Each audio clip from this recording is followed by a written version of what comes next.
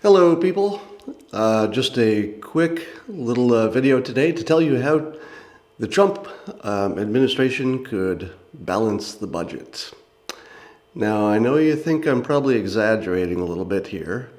You might be thinking it's impossible to balance that budget. You're probably thinking, all right, budget looks sort of like this, where you got your expenses that are sort of, out of control over here, rising forever. And you got your tax revenues that might go up, but they're never going to go up enough.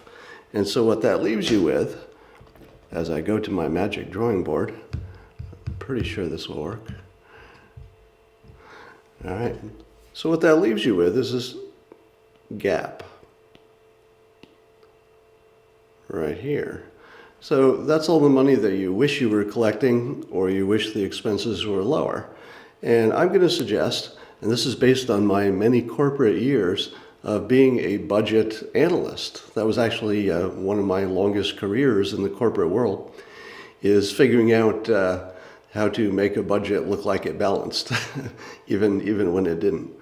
And here's the trick. Whenever you got this gap, you need a story. And there's only one story that works here. Startups.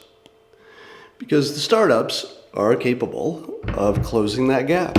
They could lower healthcare by that much. If you look at my blog on Dilbert.com, you'll see that I started to compile a list of healthcare startups that are specifically designed to substantially lower the costs of good healthcare.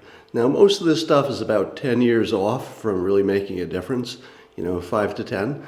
And that's why when you do your budget projection, you say, yeah, we're going to drive up the deficit today, but at the same time, we're going to be working with the startups. We're going to focus on them. We're not going to put government money into them necessarily. We're just going to shine the big government light on them. Christina is texting me. I'm going to rudely turn off my alerts. So if you've got a story that says we're going to run up the budget deficit now because we sort of have to, we don't have a choice if we want to cover, let's say, all of the people we want to cover with healthcare. But unlike the Democrats, who didn't really have a plan for ever being able to pay for any of these programs in the future, the Republican Party is, at the moment, staffed with entrepreneurs. Trump is an entrepreneur. Steve Bannon is an entrepreneur. Scaramucci, economic advisor, entrepreneur. If you look at Newt Gingrich, really basically an entrepreneur. He's had all kinds of careers. And I think that they probably have the right type of temperament and talent to focus the light on the startups, specifically the ones that would make a difference to the cost of living, not just in healthcare, but in all kinds of ways, transportation, you name it. And I think that's where the future has to go anyway. So if I were doing the budget, that's how I'd balance it. I'd say I'm going to run up a big budget today. I'm going to focus the heck out on startups so that they can get the funding and love and attention that they need from the private sector. And that's how I'm going to fill the gap. I'm going to drive down the expenses over time. Anyway, that's how I do it. The second thing I do is, in the short run, if I were looking to cut both the healthcare costs, and I'm not, by the way, but if I were looking to cut healthcare expenses, or at least how much the government is paying toward it, not the actual expenses, and at the same time I wanted to reduce the budget for the EPA, I think a stronger play would have been to move the climate science money from wherever it was, I guess in the EPA, over to healthcare, and just call it out and say, we took this bunch of money from climate science that we think might be a problem later, but mostly for rich people. And at the moment, there's a more critical need for poor people. They're sick right now.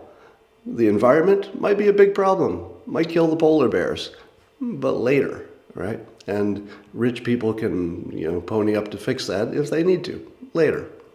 But right now, let's move that money into something that's more of an immediate problem. Now, I'm not saying this politically. I'm not saying this is a policy preference. I'm not saying you should do this. All I'm saying is that from a persuasion perspective and from a perspective of trying to balance a budget, That'd be a pretty powerful thing to do because it's sort of a variant of the what I call the high ground maneuver. So the high ground is whenever you say something that as soon as people hear it, they say, "Oh, I wish I'd been thinking like that because that sounds better than whatever I've been saying." So you probably noticed it when I said it. If you say there might be a big problem with the climate, but later, and it will mostly it'll mostly hurt rich people because they're going to have to pay to move their beach houses and relocate their companies and whatnot. But right now we have a big problem for poor people. They don't have enough health coverage.